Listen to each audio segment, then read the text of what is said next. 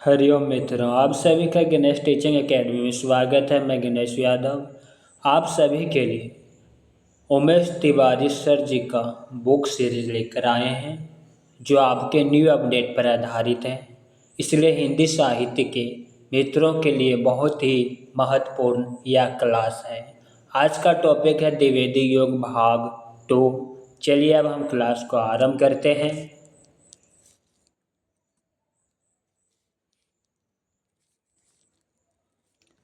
गुप्त जी खड़ी बोली की पहली कविता हेमंत नाम से 1905 ईस्वी में सरस्वती पत्रिका में प्रकाशित हुई थी। गुप्त जी की पहली काव्य रचना रंग में भंग जो कि लघु खंड काव्य है 1909 ईस्वी में प्रकाशित हुई थी। भारत भारती वेताल के हिंदू अजीत आदि गुप्त जी की काल्पनिक विचारात्मक रचना है। गुप्त जी की पहली महत्वपूर्ण प्रसिद्ध काव्य रचना भारत भारती 1912 ईस्वी में प्रकाशित हुई थी। यह रचना मुसद्दे हाली एवं मुसद्दे कैफी या भारत दर्पण लेखन ब्रजमोहन दत्तात्रेय कैफी से प्रभावित मानी जाती है।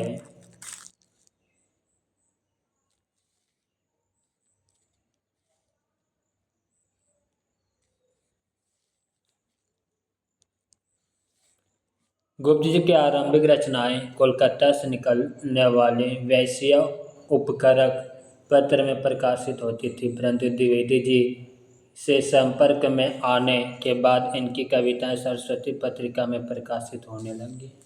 डॉक्टर नागेंद्र के अनुसार भारत भारती की लोकप्रियता खड़ी बोली की विजय पताका सिद्ध हुई थी। भारत भारत की राष्ट्रीय भावना ने हिंदू जगत में एक नई हलचल मचा दी थी।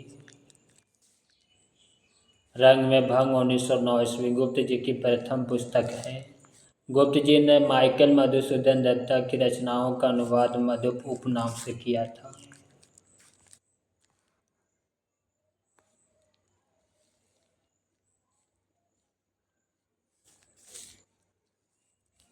गुप्त जी की दूसरी महत्वपूर्ण प्रसिद्ध रचना साकेत 1931 ईस्वी में प्रकाशित हुई थी। इसमें कुल 12 सर्ग है। यह एक महाकाव्य प्रबंध काव्य है। साकेत रचना पर गुप्त जी को मंगला प्रसाद पारितोषिक पुरस्कार मिला था। साकेत तुलसी के राम चरितमानस के बाद हिंदी का दूसरा बड़ा राम काव्य माना जाता है। यह नारी चेतना से संबंधित काव्य है। इस रचना से आर्य समाज का प्रभाव दिखाई पड़ता है। इसका नवम सर्ग सर्वाधिक मार्मिक है। साकेत की संपूर्ण कथा का केंद्र बिंदु उर्मिला है।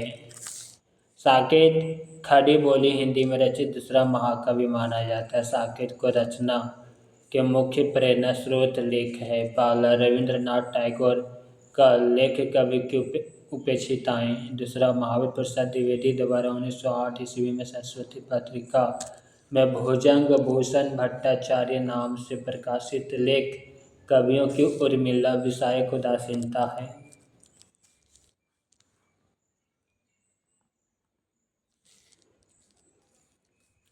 गुप्त जी की प्रथम रचना 1905 में हेमंत शीर्षक में सरस्वती में छपी थी। नंदलाल वाजपेयी के अनुसार साकेत महाकाव्य ही नहीं आधुनिक हिंदी का युग प्रवर्तक महाकाव्य है। गुरुकुल रचना में गुप्त जी ने सिख गुरुओं की कथा का वर्णन किया। जय भारत कृति में गुप्त जी ने महाभारत की कथा लिखी। झंकार गुप्त जी के रहस्यवादी गीतों का संकलन है। अधिकांश विद्वानों ने साकेत को महाकाव्य न मानकर एक अर्थ काव्य माना है। साकेत का सबसे बड़ा एवं महत्वपूर्ण सर्ग 9वां सर्ग है। इसमें उर्मिला की विरह व्यथा को दर्शाया गया है। इसके 10वें सर्ग में उर्मिला के वियोग का वर्णन है। साकेत का अर्थ अयोध्या है। डॉक्टर नागेंद्र ने साकेत को जीवनवादी कवि कहा। डॉक्टर द्वारिका प्रसाद सक्सेना के अनुसार साकेत की रूपरेखा निश्चित करने वाले श्री छोटेलाल अस्पाती 1911 ईस्वी माने जाते हैं।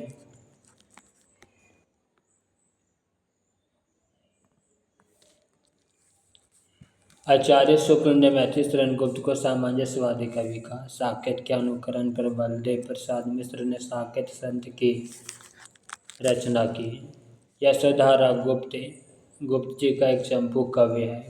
काबा और करबला गुप्त जी का इस्लाम धर्म से संबंधित काव्य है। द्वापर गुप्त जी के कृष्ण संबंधी काव्य है। झंकार,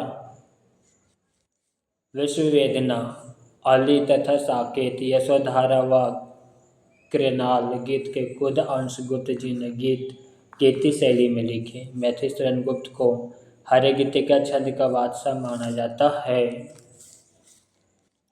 अर्जन और विसर्जन गुप्त जी की रचनाओं में मुस्लिम संस्कृति की झांकी प्रस्तुत की गई। मेघनाद गुप्त जी की आतुकांत रचना है। पंचवटी गुप्त जी में लक्ष्मण के चरित्र का उत्कृष्ट वर्णन है। अंग्रेजी राज के गुप्तचर विभाग में मैथिली शरण गुप्त की रचना भारत भारती का अर्थ जानना हिंदुस्तान समझा गया है।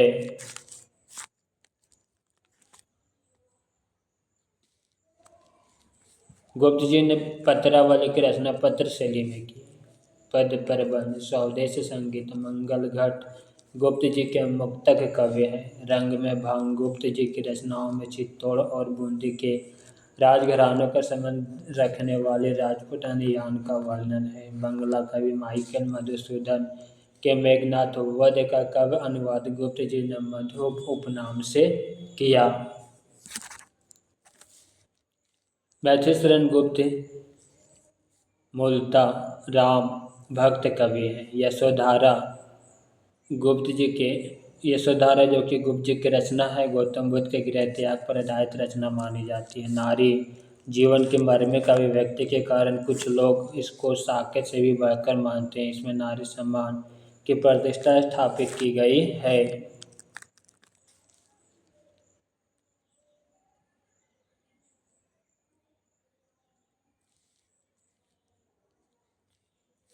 आचार्य शुक्ल ने मैथिली शरण गुप्त को सामंजस्यवादी कवि कहा। साकेत के अनुकरण पर बलदेव प्रसाद मिश्र ने साकेत संत की रचना की। विष्णुप्रिया गुप्त जी की रचनाओं में चैतन्य महाप्रभु की वियुक्ता पत्नी त्याग और तप को प्रदर्शित किया गया और यही वैष्णव धर्म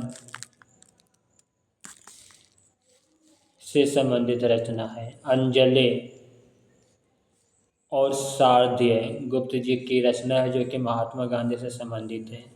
तिलोत्तमा और चंद्रहास गुप्त जी की नाट्य शैली या नाटक में लिखे गए रचना है। अंधक, चंद्रहास और तिलोत्तमा गुप्त जी के गीति नाट्य शैली रूपक में लिखे गए रचना है। मैथिली शरण गुप्त द्विवेदी युग के सर्वश्रेष्ठ प्रबंधकार माने जाते हैं। पलासी का युद्ध, मेघनाथ वध, वृत्त संगार, उमर खयाम की रुबाइयाँ गुप्त जी की अनुदित कवि कृतियाँ हैं। विकट भट्ट गुप्त जी की पद कथा है जिसमें जोधपुर के एक सरदार की 3 पीढ़ियों द्वारा वचन निभाने का वर्णन किया गया है। यशोधरा अर्णग गीतिनाट्य गुप्त जी की बौद्ध धर्म से संबंधित काव्य है।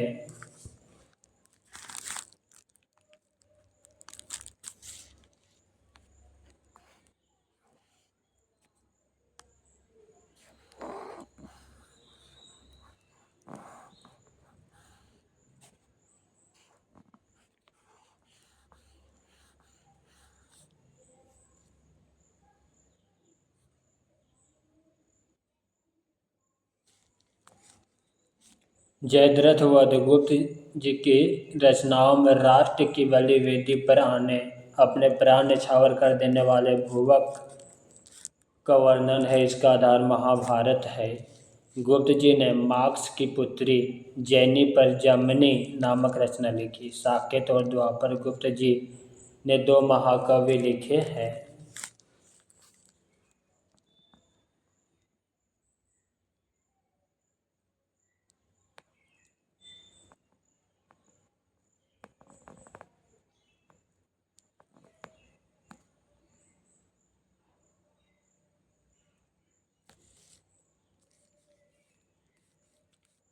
मंगल घट गुप्त जी की कविता संग्रह है जिसमें केशों की कथा, स्वर्ण सहोदर आदि फुटकर रचना संकलित है।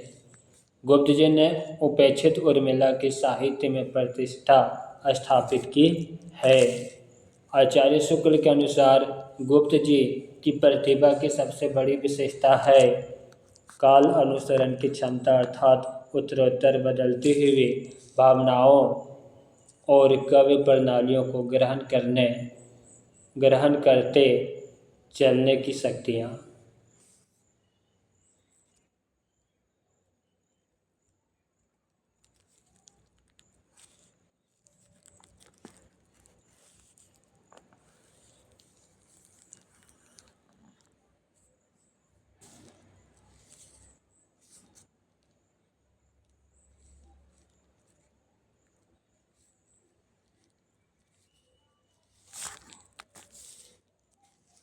विशेष तथ्य गुप्त जी की खड़ी बोली की पहली कविता हेमंत नाम से 1905 ईस्वी में सरस्वती पत्रिका में प्रकाशित हुई थी। गुप्त जी की पहली काव्य रचना रंग में भंग लघु खंडी काव्य 1909 ईस्वी में प्रकाशित हुई।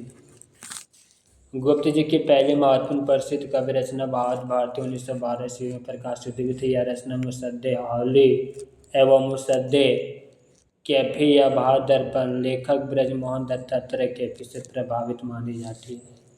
भारत भारती रचना के कारण इनको जेल भी जाना पड़ा था एवं इनकी रचना के लेखन के कारण इनको राष्ट्रकवि की संज्ञा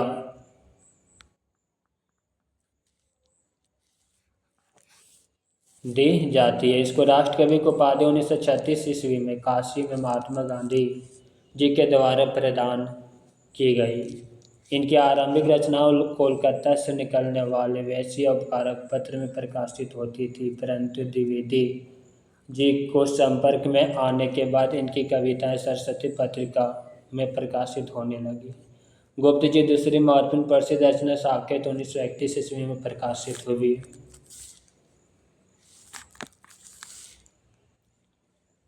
डॉक्टर नागेंद्र के अनुसार भारत भारती की लोकप्रियता खड़ी बोली की विजय पताका सिद्ध थी। डॉक्टर बच्चन सिंह के अनुसार ये विशिष्ट द्वैतवादी विचारों में गांधीवादी और साहित्य में अविद्यावादी माने जाते हैं। डॉक्टर गणपति चंद्रगुप्त ने इनको आधुनिक काल का तुलसीदास कहा है। प्रमुख पंक्तियाँ अबला जीवन है तुम्हारे यही कहानी, अंचल में है दूध और आँखों में पानी। यशोधरा कविता से चारू चंद्र की चंचल किरणें खेल रही है जलथल में, स्वच्छ चांदनी छिटक रही है आवनी और अंबर तल में। पंचवटी कविता से हम कौन थे, क्या हो गए और क्या होंगे अभी, आओ विचारें आज मिलकर ये समस्याएं सभी। भारत भारती कविता से नीलंबर परिधान हरितपट पर सुंदर है, सूर्य चंद्र युग मुकुट मेखला रत्नाकर है। नदियों प्रेम प्रवाह फूल तारे मंडन है, बंदी जन खग वृंद शेष फन सिंहासन है।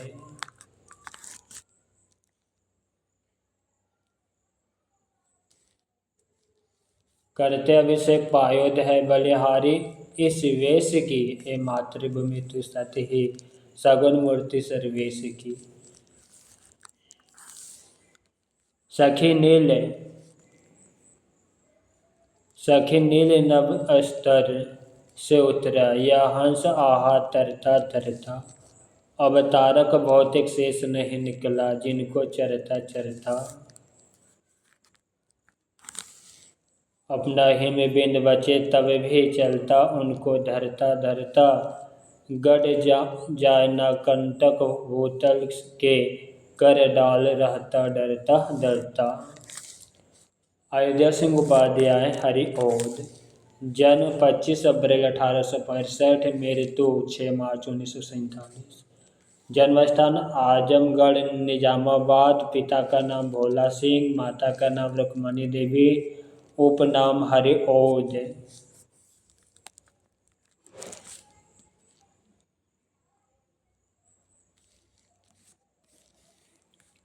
आरंभ में शिक्षक, फिर कानून अंगों से रिटायर 1927 ईस्वी में मदन मोहन मालवीय के निवेदक प्रकाशी विश्वविद्यालय में हिंदी विभाग से 1941 तक अवैतनिक कार्य किए। यही रामचंद्र शुक्ल श्याम सुंदर दास के संपर्क में आए। प्रबंध कब रचनाएं?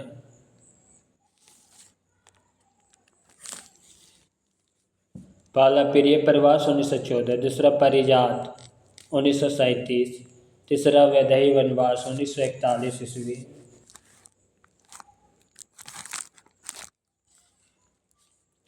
प्रिय प्रवास में कृष्ण के बचपन से लेकर मथुरा प्रस्थान तक का वर्णन है। पारिजात में आध्यात्मिक एवं धार्मिक विषय का वर्णन है।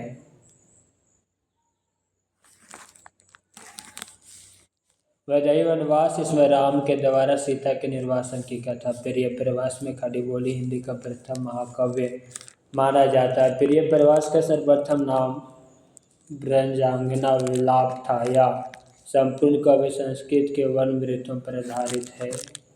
हरिवंश के अन्य प्रमुख काव्य ग्रंथ कृष्ण शतक 1882 ईस्वी, प्रथम रचना ब्रजभाषा में है। दूसरा रसिक रहस्य 1899, तीसरा प्रेम अम्बुवरिधि 1900 ईस्वी, चौथा प्रेम प्रपंच 1900 ईस्वी।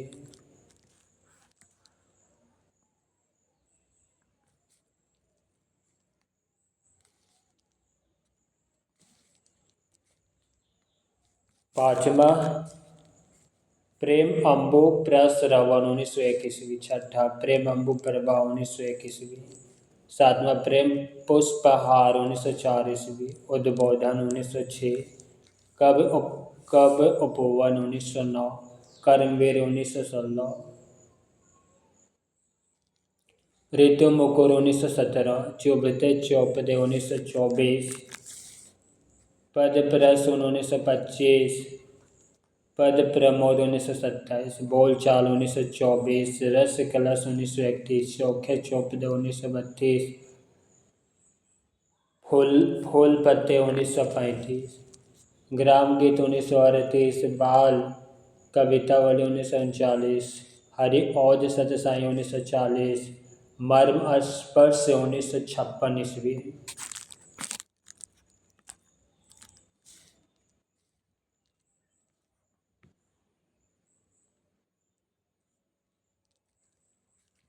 उपन्यास प्रेम कांता 1894 ईस्वी, ठेठ हिंदी का ठाठ 1899, अधखिला फूल 1907। प्रेम कांता हरिवंश जी का प्रथम उपन्यास है। नाटक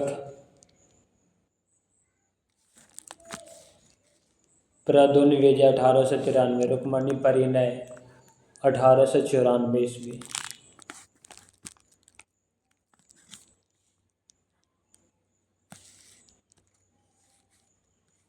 आलोचना ग्रंथ हिंदी भाषा और साहित्य का विकास 1930 ईस्वी, कबीर वचनावली का संपादन, भूमिका।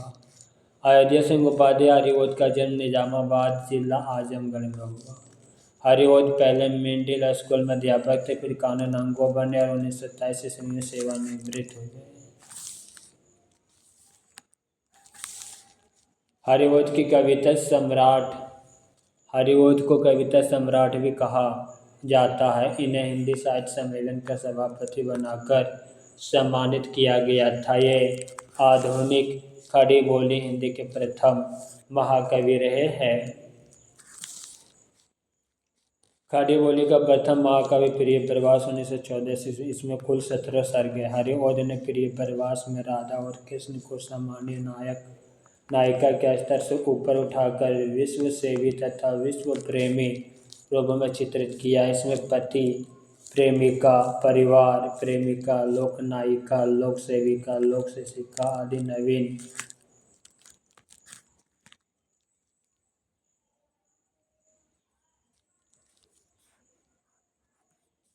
नायिका के रूप में राधा का उल्लेख किया गया है। प्रिय प्रवास का मूल भाव रति नहीं प्रेम है। पारिजात में 15 सर्ग है।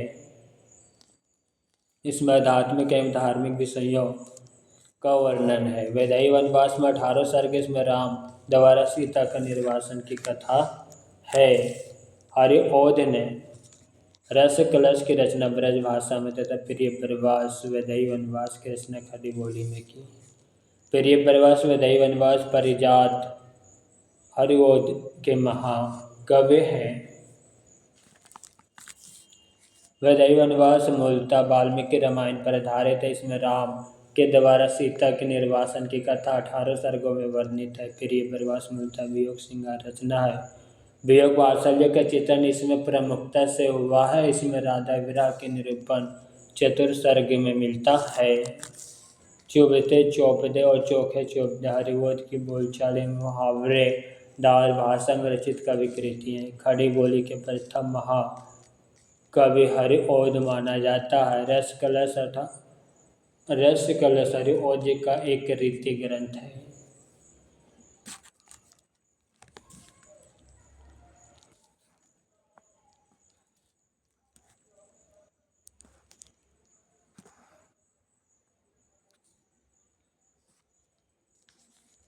हरिओद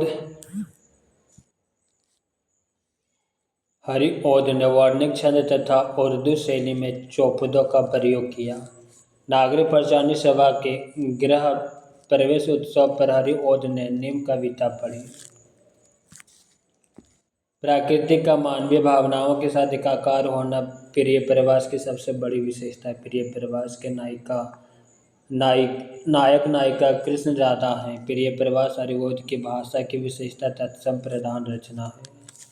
हरिओद की कवि पंक्तियाँ पहला, प्रिय पति व मेरा प्राण प्यारा कहाँ, दो जंजल दुख जल निधि डूबी का सहारा कहाँ, दिवस का अवसान समीप था गगन था कुछ लोहित हो चला, तरु शिखा पर थी अब राज थी कमलिनी कुल वल्लभ की प्रभा। तीसरा पंक्ति, चार डग हमने भरे तो क्या किया है, बड़ा मैदान कोसों का भी, मौसमी ऐसा ना होगा एक भी खूब उर्दू जो ना होवे जानत। चौथा पंक्ति, क्यों पले कर किसी को तुच्छ है बहुत पॉलिसी बुरी तेरी, हम रहते चाहते पठान ही पेट तुझसे पटी नहीं मेरी।